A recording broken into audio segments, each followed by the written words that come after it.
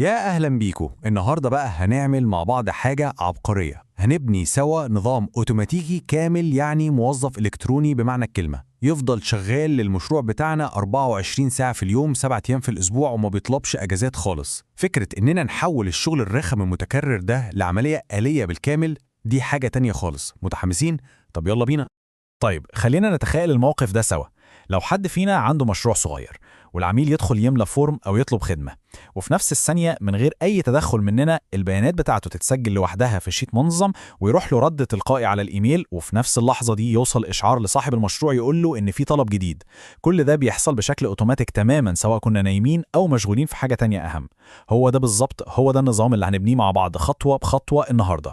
تمام، ودي هتبقى خريطة الطريق بتاعتنا في الشرح ده. أول حاجة هنبدأ بالآخر، يعني هنشوف النتيجة النهائية شكلها إيه عشان نبقى عارفين إحنا رايحين فين. بعدها هنفهم أصلاً يعني إيه موظف إلكتروني، وبعدين ندخل في العملي ونبنيه خطوة بخطوة. وكمان هنتكلم عن الفوائد العملية والفلوس اللي ممكن تدخل من وراه، وإيه الغلطات اللي لازم ناخد بالنا منها. وفي الآخر خالص هنختم ونشوف إيه اللي ممكن نعمله بعد كده. وزي ما اتفقنا، مفيش أحسن من إننا نشوف الحاجة بعينينا وهي شغالة عشان نفهمها صح. فخلينا نبدأ بالآخر ونشوف السحر ده وهو بيحصل قدامنا. نشوف النتيجة النهائية الأول. طيب ركزوا معايا كده. أنا دلوقتي هعمل نفسي عميل وهملأ الفورم ده. شوفوا إيه اللي هيحصل أول ما أدوس على زرار الإرسال. 3 حاجات هتحصل في أقل من ثانية حرفياً. أول حاجة، البيانات دي هتتسجل فوراً في جوجل شيتس.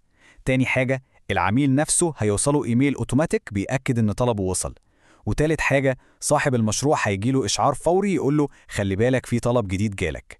هو ده بالظبط النظام الذكي والمنظم اللي هنعمله سوا حالاً.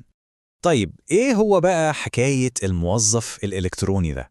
هل هو روبوت معقد أو برنامج صعب؟ الإجابة لا خالص. بالعكس، الموضوع أبسط بكتير مما أي حد فينا ممكن يتخيل. ببساطة شديدة يا جماعة، الموظف الإلكتروني ده عبارة عن نظام بيشيل عننا الشغل المتكرر والممل. يعني بدل ما كل مرة لازم حد يرد بنفسه على كل عميل أو يقعد ينقل البيانات من مكان للتاني أو يبعت رسائل تأكيد، النظام هو اللي بيعمل كل ده لوحده بشكل تلقائي وفي نفس اللحظة. نقدر نعتبره المساعد الرقمي بتاعنا اللي عمره ما بيتعب ولا بينام. والمقارنة دي بصراحة بتلخص كل حاجة. شوفوا الفرق. الشغل اليدوي بيضيع وقت ومجهود ومليان أخطاء بشرية واردة جدا، ومش دايما بيطلع بنفس الجودة. لكن الناحية التانية، الموظف الإلكتروني ده فوري دقيق بنسبة 100%، بيقدم صورة احترافية وشكل موحد للبزنس، والأهم من كل ده إنه شغال في الخلفية من غير أي مجهود مستمر مننا. أعتقد بعد ما شفنا الفرق الرهيب ده، كلنا دلوقتي متحمسين نعرف إزاي نبني الموظف ده بنفسنا.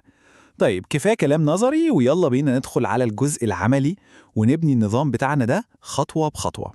الموضوع كله متقسم ل3 أجزاء رئيسية وبسيطة جدا. الجزء الأول هنعمل نقطة البداية، المكان اللي العميل هيدخل منه بياناته، وده هيكون جوجل فورم. الجزء الثاني هنربط الفورم ده بجوجل شيتس عشان يكون هو المخزن بتاعنا اللي بنجمع فيه البيانات. والجزء الثالث هنبني بقى العقل المدبر للمنظومة كلها، اللي هو الورك فلو جوه أداة اسمها N8N. يلا بينا نبدأ بالخطوة الأولى. محتاجين نعمل واجهة بسيطة وسهلة للعميل. هنعمل جوجل فورم فيه الحقول الأساسية جدا وبس: الاسم، رقم التليفون، الإيميل، نوع الخدمة المطلوبة، ومكان للملاحظات لو فيه. أهم كلمة هنا هي البساطة. لازم نفتكر دايما إن كل ما كان الفورم أقصر وأسهل، كل ما زالت فرصة إن العميل يوصل للآخر ويكمله. تمام. بعد ما عملنا الفورم خلاص، الخطوة التانية سهلة جدا. هندخل جوه الفورم نفسه على تاب اسمه الردود أو responses بالإنجليش، وبضغطة زرار واحدة بس هنربطه بجوجل شيت جديد. الحركة البسيطة دي معناها إن أي رد هيجي على الفورم هيتسجل تلقائياً كصف جديد في الشيت ده، وكده بقى عندنا قاعدة بيانات منظمة لكل الطلبات بتاعتنا بتتملي لوحدها. دلوقتي نيجي بقى للقلب النابض للمنظومة كلها، الأداة اللي هتربط كل ده ببعض، N8N. فكرة الأتمتة في جوهرة بسيطة جدا، وهي جملة واحدة: لما يحصل حدث معين نفذ إجراء معين، بس كده. وN8N هو المايسترو اللي بيطبق القاعدة دي، هو اللي بينظم الأوركسترا دي كلها وبيقول لكل أداة تعمل إيه بالظبط وإمتى. طيب جوه N8N احنا هنبني حاجة اسمها work flow أو مسار العمل. الموضوع عامل زي وصفة الطبخ، خطوات ورا بعض. أول خطوة هي الزناد أو التريجر، ده ببساطة هو الشرارة اللي بتشغل كل حاجة. في حالتنا دي الشرارة هي إيه؟ هي وصول رد جديد من الفورم. أول ما الرد يوصل الورك فلو يشتغل. طيب بعد ما يشتغل هيعمل إيه؟ هنضيف خطوة تانية عشان يبعت إيميل للعميل، وبعدها خطوة ثالثة وأخيرة عشان يبعت إشعاع فوري لينا كأصحاب المشروع. وهنا بقى في حتة فنية صغيرة بتدي شكل احترافي جدا. بدل ما الإيميل اللي بيتبعت للعميل يكون رسالة ثابتة لكل الناس، إحنا نقدر نخلي النظام يسحب اسم العميل من البيانات اللي هو لسه كاتبها بنفسه ويستخدمه جوه الإيميل. يعني الرسالة ممكن تبدأ بأهلا أستاذ فلان باسمه هو. دي لمسة بسيطة جدا لكن بتفرق قوي في تجربة العميل وبتحسسه باهتمام شخصي. طيب، احنا كده خلاص بنينا النظام بتاعنا. السؤال المهم بقى، so what؟ يعني ليه كل ده مهم؟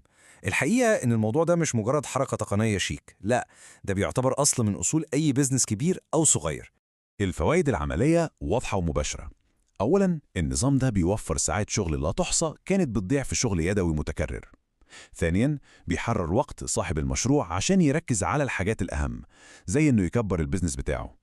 ثالثاً، بيقلل جداً أخطاء إدخال البيانات اللي بتحصل طبيعي في الشغل اليدوي.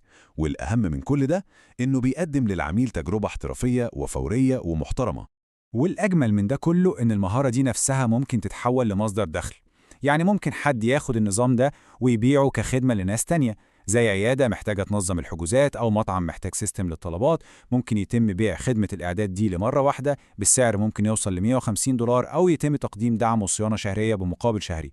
النقطة المهمة هنا لازم نركز فيها، اللي بيتعلم ده مش بيبيع أداة تقنية، هو بيبيع حل لمشكلة، بيبيع توفير للوقت والجهد، بيبيع نتيجة.